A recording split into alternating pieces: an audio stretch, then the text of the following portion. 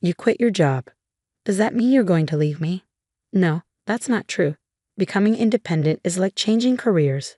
It doesn't mean I won't have any money. You think going independent will work? I doubt it. Maybe you should go independent from me too. Huh? Are you talking about divorce? I won't support someone who's not working. My name is Lisa. I'm 40 years old. I've been working while raising my child.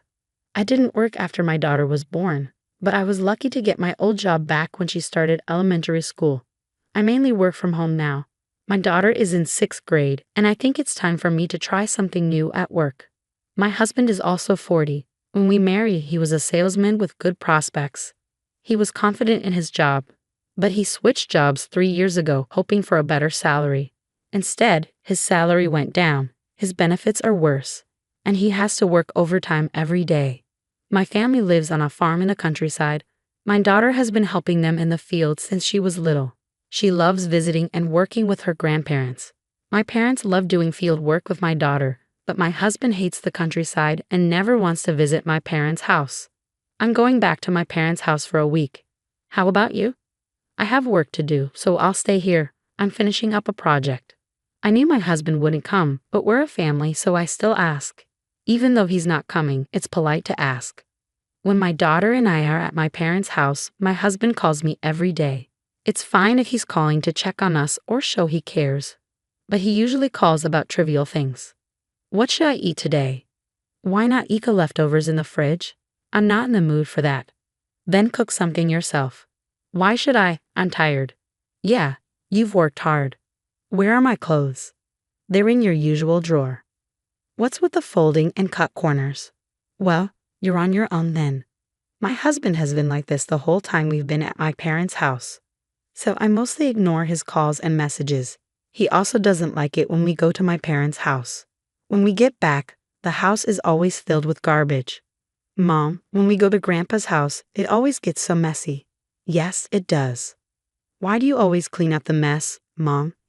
He's the one making it. Shouldn't he clean up after himself? Of course. My daughter is also frustrated with my husband's attitude. Even though we're enjoying Grandpa's house, I hate coming home to a dirty house. My daughter feels the same way. Hey, can we leave early from Grandpa's house? Grandpa and Grandma must be tired from working in the fields. I wish I could help out. Thank you. Grandpa and Grandma would love that. My daughter's kindness is a contrast to my husband's selfish behavior. I'm really tired of dealing with his childish ways. After a long vacation, I went to my company to discuss my health, annual assessments, and goals. Inspired by my daughter's comments, I proposed to the president that we use our program to make agriculture more it-oriented. Other companies have been working on this for a while. The president agreed that this is a business that has been around overseas for decades. Japanese companies have been developing new agricultural models for about 10 years. With our data, we can make it work successfully. We already have farmers interested in this model. I see. In the meantime, can you submit a proposal? Sure, I will. I quickly asked my parents to cooperate, and they agreed right away. My daughter's comments about wanting to help her hardworking grandparents gave me a great business idea. A month after I submitted the proposal, my project was approved. I worked hard on it because I was worried about my aging parents. If the project succeeded, it would really help them. But my husband kept trying to discourage me. You've been acting all cheerful lately. I don't like it. Oh, really? Are you getting carried away? I don't know. Your face just demotivates me. Well, if that's the case, you don't have to look at me. I know my husband just wants to make me feel bad. I already feel bad enough, but I try not to show it. I keep my tone normal and treat him as usual. He's always like this. When I'm happy or excited, he tries to hurt me. I'm used to it now, so I don't let it affect me, but it's still frustrating. I can't just not look at you. We live together. That's not true. You can just stay in your room. I can handle my job and take care of our daughter on my own. If you took care of yourself, we wouldn't even need to interact. That's not what I meant. My husband yelled at me. I'm really frustrated. I want to divorce him, but I'm not sure how to explain it to our daughter. I'm stuck, unable to decide. Since I don't react to his words, he starts criticizing the farm. Maybe your inability to understand things is because you grew up on a farm in the countryside. He's being so childish. I try to stay calm, but when he insults my parents, it really gets to me.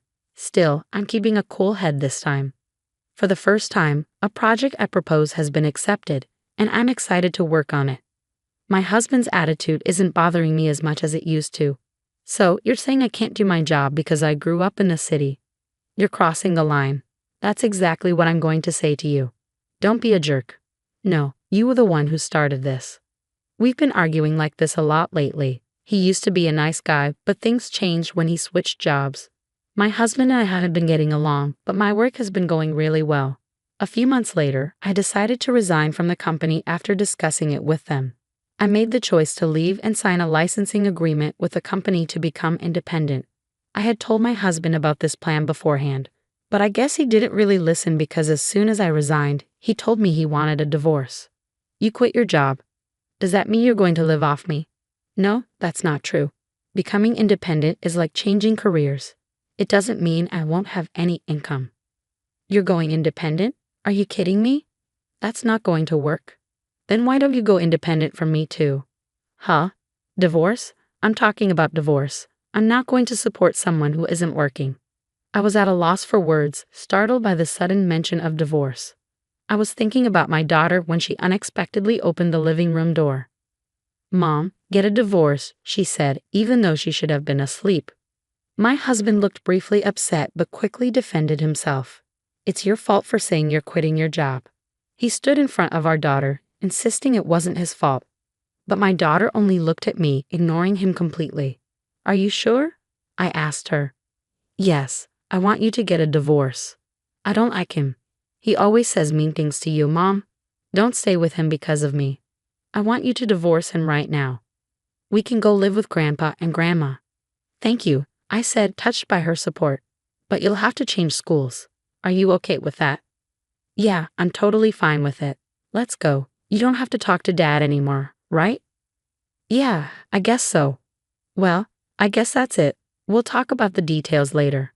Hey, my husband interrupted. What? I replied, exhausted. It's not my fault, okay? Okay, we'll talk later. I hope you can live a life you won't regret in the future. Huh, I'm not gonna regret it. I'll be free once you guys are gone. I turned my back on my husband, who was still ranting, and left the house with my daughter. Despite my worries, my daughter seemed relaxed at my parents' house. She'd adjusted well after changing schools for the new semester and seemed to be enjoying her new environment. Once she was settled, my husband and I had another discussion about the divorce. He claimed he wouldn't pay alimony because, according to him, I was to blame. Normally, if it were my fault, he'd ask for alimony, but he clearly didn't understand what being liable meant. I will properly charge you alimony, I told him. Huh? Because you're the one who's liable, right? You're wrong. You don't know what you're talking about. How can I be liable? I didn't do anything. Exactly, you didn't do anything about the house or our daughter. I was the one struggling while you did nothing, but you sure took care of Mary, didn't you? What? He stammered as I laid out the evidence of his infidelity on the table. How did you get this? You didn't steal my phone, did you? You're being rude. Excuse me? You're the rude one. You're a married man. What were you thinking? And no, I didn't collect this myself. Then how did you get it? You're unemployed. How did you afford a detective? It was our daughter, I revealed. Huh. She's the one who collected all of this. After we separated, she told me she saw you walking arm in arm with a woman she didn't know. She used my laptop to sync your phone and showed me the data. She even encouraged me to divorce you. She hates you. She hates that you're her father. So I can divorce you without a second thought, I said, feeling a mix of anger and relief. I can't believe you let our daughter see those pictures. You're such a lousy father. I laid out all the evidence in front of him. There's no point in making excuses. Your new job was the result of another affair, and you're already paying alimony to that woman's husband. You even lied about your salary being reduced, and I've looked into all of it. At that point, my husband, who had been stubborn and defensive, finally nodded, realizing he was caught. I'm proud to have such a talented daughter, he said, trying to shift the conversation. I'd be happy if she takes over my company in the future, if that's what she wants. Sorry, he muttered. Sorry isn't enough. Let's not avoid the divorce. You don't want to be unemployed, do you? I'm not stopping the divorce. And if you don't pay alimony and child support in a lump sum, I'll go to your company and tell them everything. If you do that, I won't be able to keep my job, he pleaded. Maybe you should start looking for a new one then, I said, standing firm. You're going to regret this for the rest of your life, he threatened. But I knew I wouldn't. My husband tried to ask me for help, but I just smiled and brushed him off. After that, he was reluctant to sign the divorce papers, so I hired a lawyer and let him handle everything. Less than 2 weeks later, we were divorced. My husband didn't want to spend any more money since he was already dealing with 2 alimony cases and paying child support. He knew that hiring a lawyer would push him to the brink of bankruptcy. In the end, my ex-husband paid alimony and child support in one lump sum.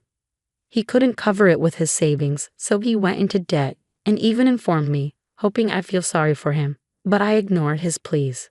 When I filed a claim for alimony against his cheating partner, it led to a huge fight between them, and they broke up. The woman was furious about having to pay alimony, but she eventually agreed. She had to ask her parents for the money, and I heard she moved back to the countryside to help with the family business, where her parents could keep a close eye on her. As for my ex-husband, he couldn't afford the rent on his apartment anymore. He ended up moving into a shabby apartment, struggling to get by. My business has really taken off, and I'm enjoying every day. Things didn't work out with my husband, but I'm glad that what I've learned has been useful for my family's farming business. My parents are thrilled that the IT system has significantly reduced their work hours and lightened their workload. I owe so much of this success to my daughter. I had to let her have a smartphone and tablet when she was in elementary school. At first, I was hesitant, but she's been using them wisely. Her favorite place is still the fields, but she's starting to take an interest in my work. Recently, she's been asking me to teach her how to make a website, and I'm excited to see what the future holds for her.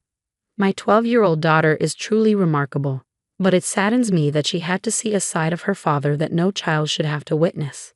I hope the adults around her will support and guide her as she grows. Her grandmother is right. I look forward to seeing the amazing things she'll do in the future.